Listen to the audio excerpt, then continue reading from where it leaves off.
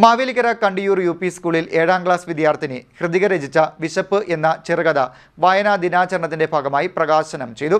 അഭിഭാഷകനും എഴുത്തുകാരനുമായ advocate K. Suresh Kumar കുറത്തേക്കാട് കഥയുടെ പകർപ്പ് മുൻ ഹെഡ് മിസ്ട്രസ് പ്രിയയ്ക്ക് നൽകി പ്രകാശനം നിർവഹിച്ചു. വായനാ ദിനാചരണത്തിന്റെ ഭാഗമായി മാവേലിക്കര കണ്ടിയൂർ യു.പി. സ്കൂളിൽ 7ാം ക്ലാസ് വിദ്യാർത്ഥിനി ഹൃതിക രചിച്ച വിശപ്പ് എന്ന ചെറുകഥയുടെ പ്രകാശനം സംഘടിപ്പിച്ചു.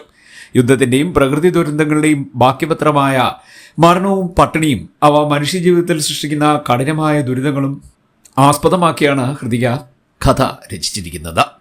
അഭിഭാഷകനും എഴുത്തുകാരനുമായ അഡ്വക്കേറ്റ് കെ. സുരേഷ് കുമാർ കുറത്തിക്കാട് കഥയുടെ പകർപ്പ് മുൻ ഹെഡ് മിസ്ട്രസ് പ്രിയയ്ക്ക് നൽകി പ്രകാശനം നിർവഹിച്ചു. കണ്ടിയൂർ സ്വദേശികളായ ഹരികുമാർ, സ്മിത ദമ്പതികളുടെ മകളാണ് ഹൃതിക.